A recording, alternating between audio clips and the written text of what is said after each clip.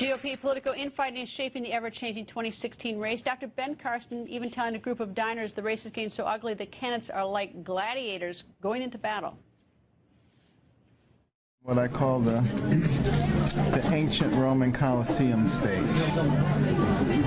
Everybody wants to go to the Colosseum and see a fight. Nobody wants to think about it.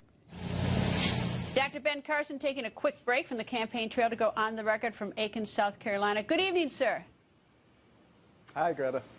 Nice to see you. All right, Dr. Carson, tell me, today you made a statement about Muslims and democracy and schizophrenia. Can you explain that, please?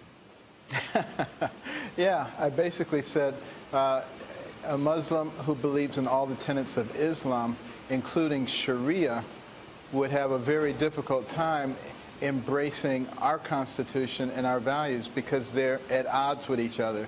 So someone then said, well, can't they do both? And I said, yeah, if they're schizophrenic, if they can go in both directions at the same time.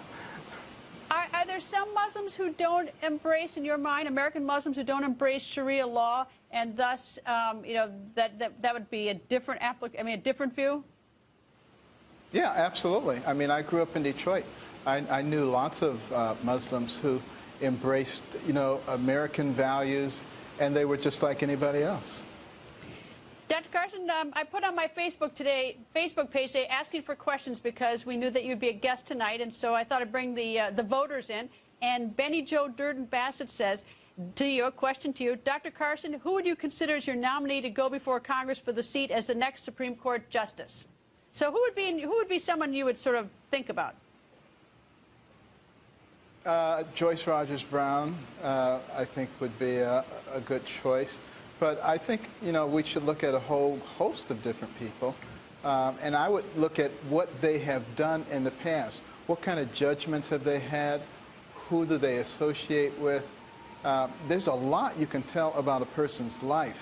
And when they come to just do interviews for the position, they've been prepped on what to say.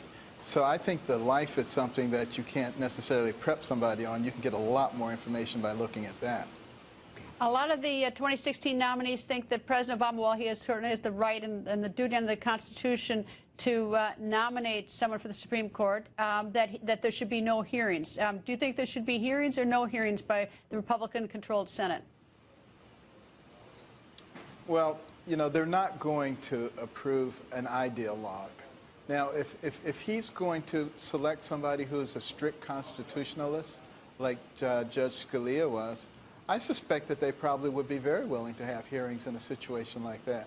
So, you know, the ball game is in his court, and he needs to make that decision. But remember, the Supreme Court was supposed to be a system of people who loved America and who knew the Constitution and were trying to uphold the standards and practices that are consistent with our Constitution. They were not supposed to be ideologues. They were not supposed to be partisans.